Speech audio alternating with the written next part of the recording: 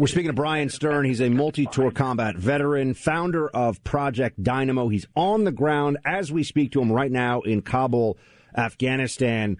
Bryan, are the Taliban allowing Americans to leave who want to leave? How is it? I mean, you are now in Taliban-controlled Afghanistan. I was walking the streets today, and it's a very weird. It's a surreal experience, I must say. I've been to Afghanistan a bunch of times. I've been to Kabul many times. I worked in Kabul for 6 months or longer. It's a weird vibe on the street. The Taliban, their position, if you will, is they're not gonna do anything to an American. They don't want to rock the boat. They're trying to demonstrate to the world that they're real and legitimate and all those things. So because of that, I tell people say, wow, you're in Kabul, that sounds crazy. I tell everyone it's like going to the South Bronx. It's scary, but not exactly dangerous.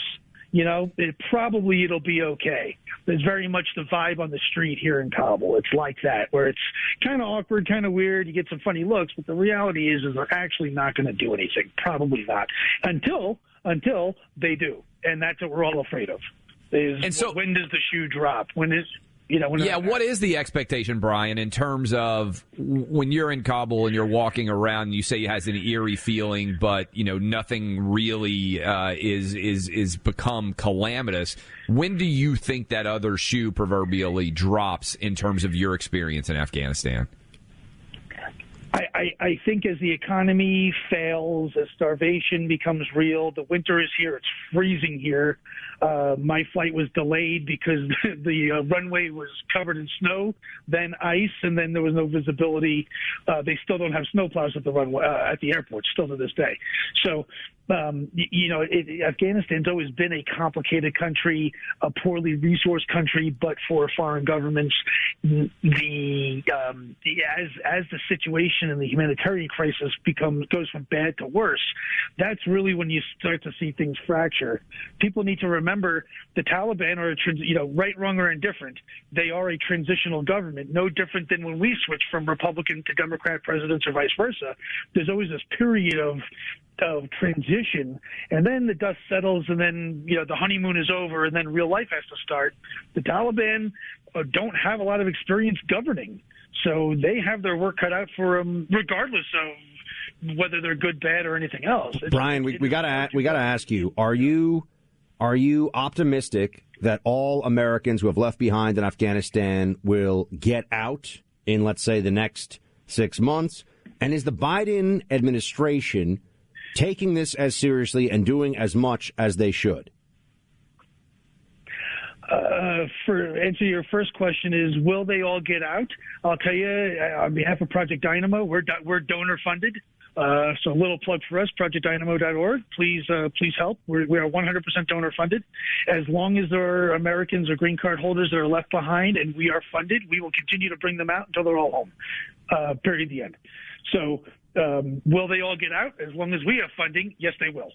I can make that commitment. And the Biden administration component of this, are they doing everything they can? I think that until everyone's home, there's more to do. There just is. If the State Department did 5 flights today, I would say, how come you didn't do 6? So, but this is a very hard problem set. It really is. It's very difficult. There are so many pieces to it.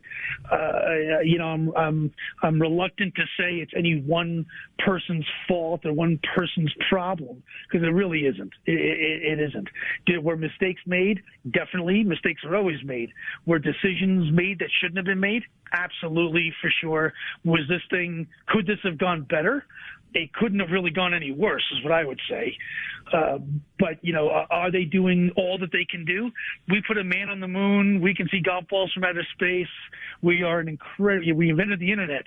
We are an incredibly capable country. In my mind, there's no reason why a non-for-profit like mine is evacuating American citizens tonight.